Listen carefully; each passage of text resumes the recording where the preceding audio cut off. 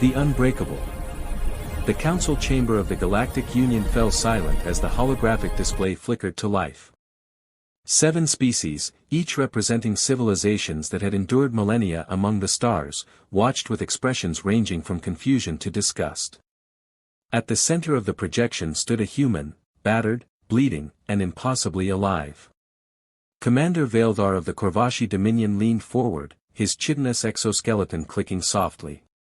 This footage was recovered from Outpost Theta 9, 3 cycles ago. The station was attacked by Krell raiders. 47 personnel were stationed there. 46 died within the first hour. The hologram shifted. Fire consumed corridors. Alarms shrieked. Bodies lay scattered like broken toys. And through the smoke staggered a single figure, a human woman named Lieutenant Sarah Chen. She should have died 17 times, Veldar continued, his voice tight. Watch. The council watched. Sarah Chen crawled through wreckage with a broken leg. She fired a weapon with a dislocated shoulder. When her ammunition ran out, she used debris as a club. When her arm was slashed open, she tied it off with torn fabric and kept moving. The Krell, beings twice her size with natural armor and superior strength, hunted her for 3 days. She killed 9 of them. Ambassador Thren of the Lumini Collective, beings of pure thought given form, spoke with a trembling resonance. This is illogical. Her body failed repeatedly. Pain signals should have rendered her unconscious. Blood loss should have stopped her heart. Why does she continue? Veldar replayed the final moments. Sarah Chen, cornered in the station's reactor room, jury-rigged an overload sequence with shaking hands.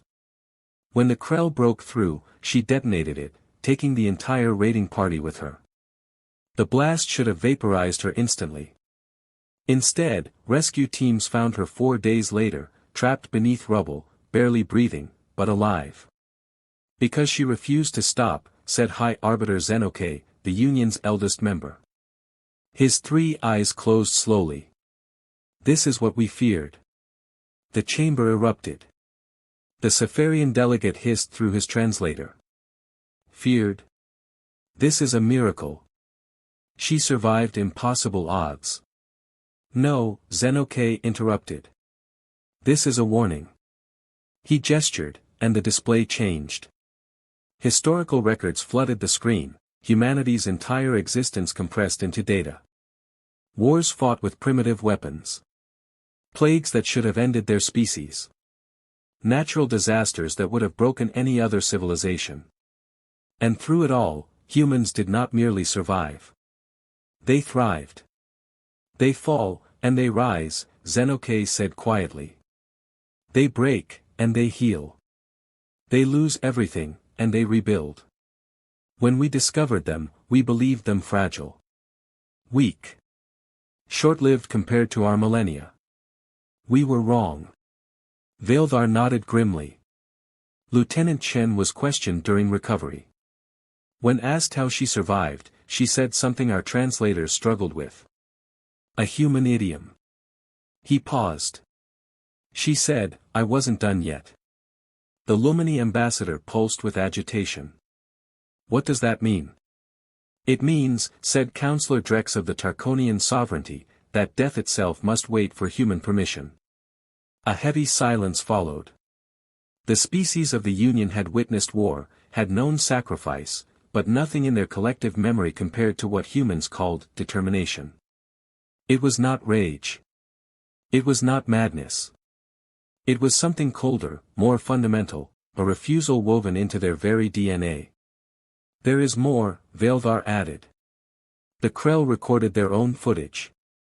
They have biological scanners. Listen to what their commander said. The audio crackled. A deep, guttural voice spoke in the Krell war tongue, translated instantly. The prey does not submit. It does not plead. It looks at us with defiance, even as its body fails. This is not natural. This is not prey. We should withdraw. They did not withdraw. They died instead. Zeno-K rose slowly, his ancient frame casting long shadows. 300 years ago, when we first made contact with humanity, we offered them a place in the Union. We thought we were uplifting primitives. Now I understand the truth. He turned to face the council, his voice carrying the weight of eons. We did not uplift them. We invited them into our galaxy. And now, whether we intended it or not, they will reshape everything. The hologram of Sarah Chen remained frozen on the screen, bloodied, broken, unbowed. Veldar spoke the question they were all thinking. What happens when a species that refuses to die decides it has something worth fighting for? No one answered. They did not need to. Across the Union, reports were already flooding in. Human engineers solving problems their own species had abandoned. Human diplomats talking down conflicts through sheer stubborn persistence. Human soldiers standing ground when retreat was the only logical option. And in every case, the other species asked the same question: why won't they quit? Because humans did not know how. Zeno-K's final words echoed through the chamber. Prepare yourselves.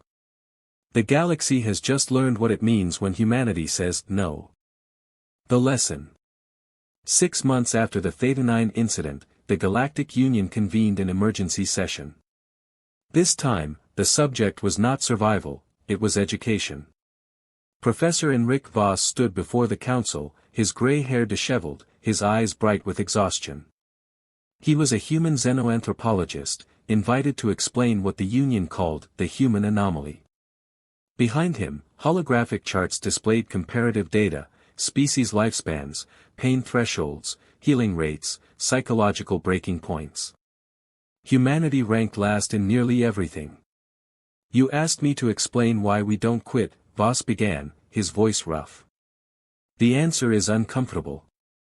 It's because we've never had the luxury. He gestured, and Earth appeared, a blue marble spinning against the void. Our world tried to kill us from the beginning. Ice ages that should have ended us. Predators that outmatched us in every physical category. Diseases that swept through our populations like wildfire. We had no natural armor. No venom. No claws. We were slow, weak, and fragile. Ambassador Thren shimmered with confusion. Then how did you survive? We didn't. Voss let the words hang. Not as individuals. Humans die easily. We always have. But we learned something you never needed to, we learned that survival isn't about the individual. It's about what comes after. He advanced the hologram. Ancient humans appeared, huddled around fire, creating tools with trembling hands. When the ice came, we didn't evolve thicker fur. We made clothes. When predators hunted us, we didn't grow stronger, we made weapons. When famine struck, we didn't adapt our biology, we invented agriculture. Every time our bodies failed us, our minds compensated. Veldar's mandibles clicked skeptically. This is not unique. All species develop technology. No, Voss said sharply. You developed technology because you could. We developed it because we had to. There's a difference. Your species evolved with advantages. You had time to grow slowly, to expand carefully. We were dying from day one. Every generation had to fight just to see the next sunrise. He pulled up genetic data. Do you know what this is? This is human DNA. Look at the variants. We're not a unified species, we're a patchwork of survivors. We bred with other human subspecies. We adapted to every climate on our planet. We didn't conquer Earth by being strong. We conquered it by refusing to accept extinction. The council exchanged uneasy glances. Zeno-K spoke carefully. You speak of your species as if it is defined by desperation. It is, Voss said quietly. That's the part you don't understand. You see Lieutenant Chen surviving Theta 9 and think it's exceptional. It's not. It's normal. Every human carries that same defiance because our entire evolutionary history is a story of impossible survival. He changed the display again. This time, it showed human history, wars, disasters, collapses of civilizations. We've had 5 mass extinction events on our planet. Species died by the millions. We should have been among them. We weren't. When the supervolcano erupted 70,000 years ago, it reduced our population to less than 10,000 individuals. Any other species would have vanished. But you didn't, Counselor Drex observed. We didn't, Voss agreed. Because those 10,000 refused. They had no reason to believe they'd survive. They just kept going anyway. That's the human condition, we exist in defiance of probability. Fren pulsed brightly. This sounds like trauma, not strength. Voss smiled bitterly. You're right. It is trauma. Generational, evolutionary trauma. But we turned it into fuel. When a human child falls, we teach them to get back up. When a human fails, we tell them to try again. When a human faces impossible odds, we tell them stories about the people who beat those odds anyway. He pulled up literature, myths, legends, historical accounts. Every human culture has the same stories. The hero who refuses to quit. The underdog who wins against all logic. The last stand that becomes legend. We don't tell these stories because they're rare. We tell them because they remind us who we are. Vildar leaned back, processing. You weaponized your own suffering. We transformed it, Voss corrected. Your species developed strength through abundance. Ours developed through scarcity. You learned to survive by being better. We learned to survive by being stubborn. The chamber fell quiet.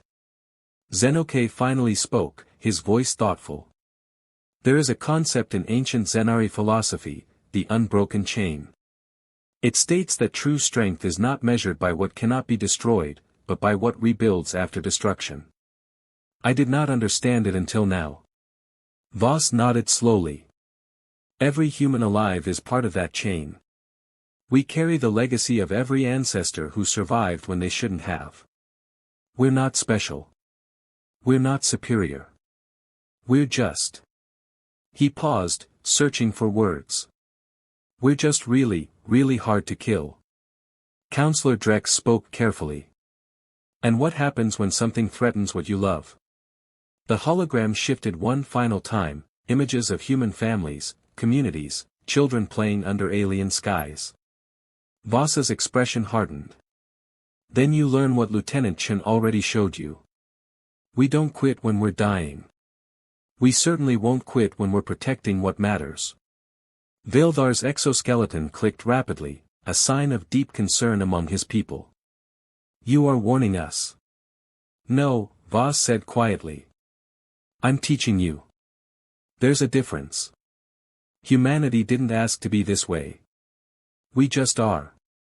And now that we're part of your union, you need to understand, when we say we'll stand with you, we mean it.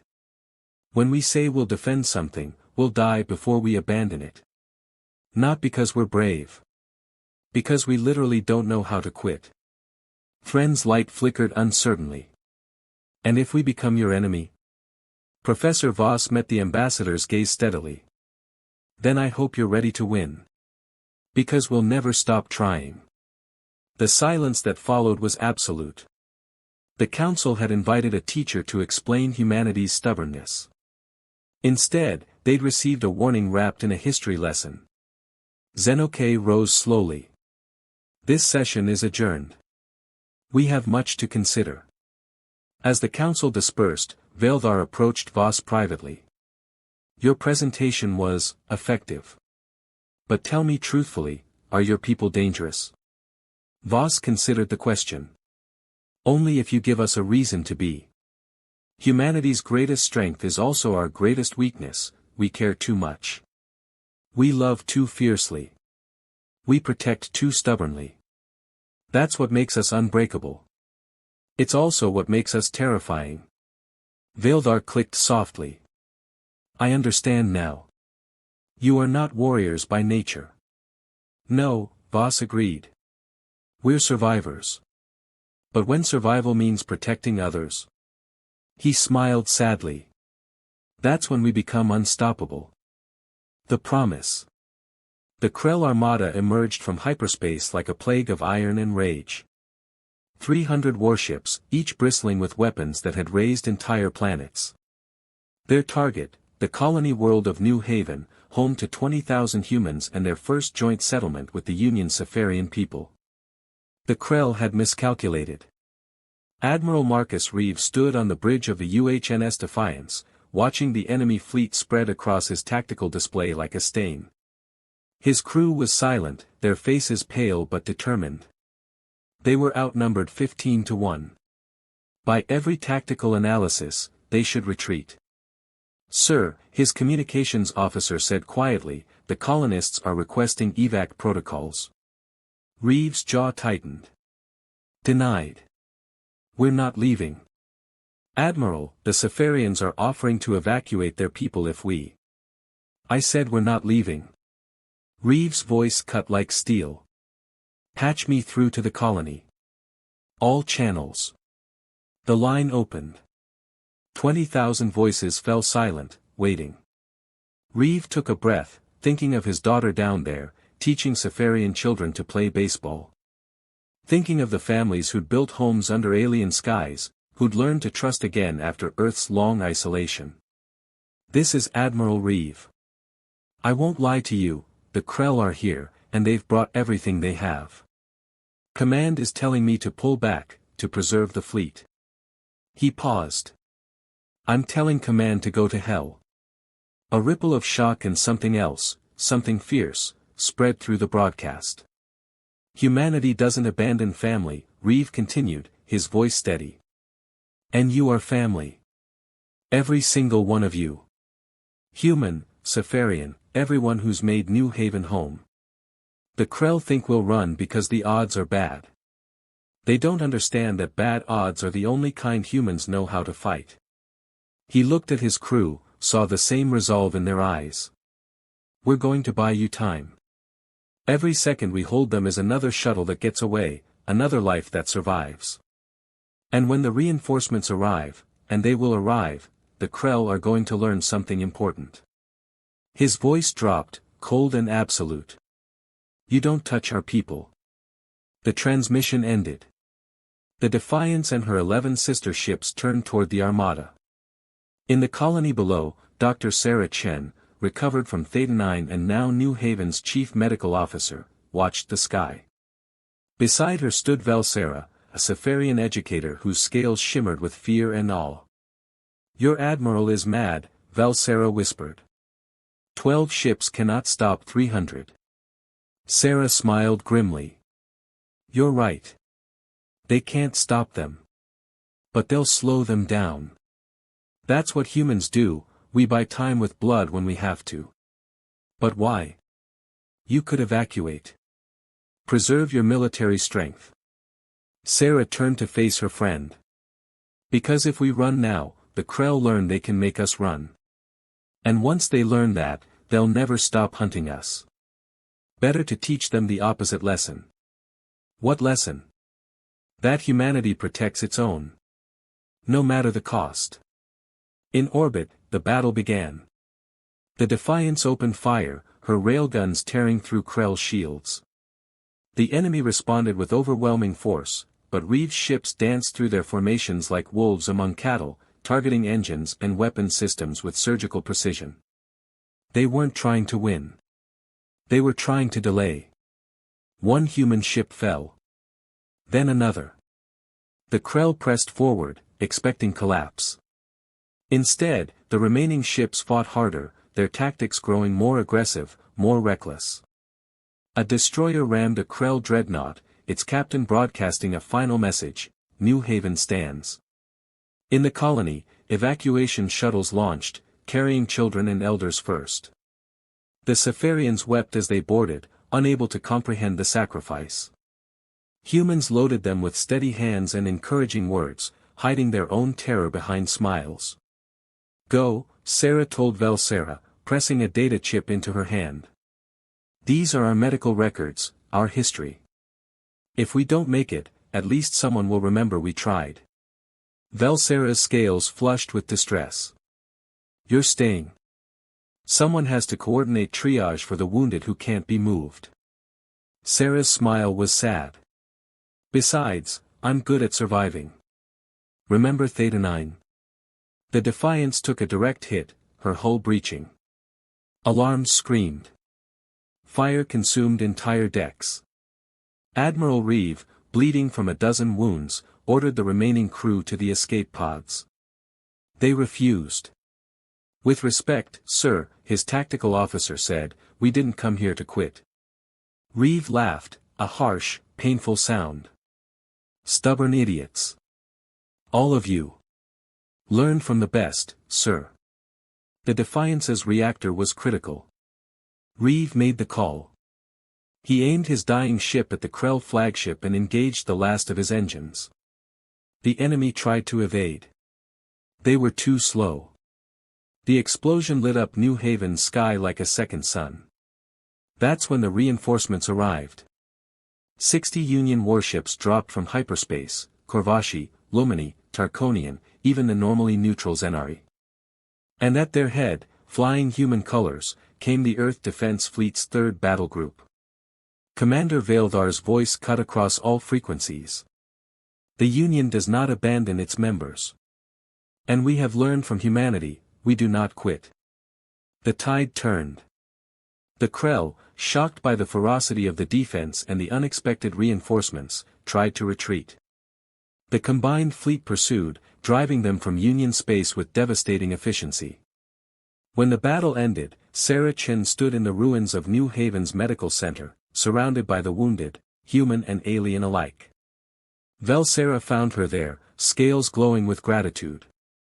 Your people saved us, the Sefarian said, her voice breaking. 12 ships against 300. They knew they would die. Sarah's eyes were distant, haunted. That's what we do. We stand between the monsters and the people we love. Sometimes we survive. Sometimes we don't. But we always stand. Velsera reached out, touching Sarah's hand, a gesture of deepest respect among her people. The galaxy will remember this. New Haven will remember. The Krell thought humans were weak because you die easily. They learned the truth. What truth? That humanity's strength was never about living. It's about what you're willing to die for. Weeks later, the Galactic Council met again.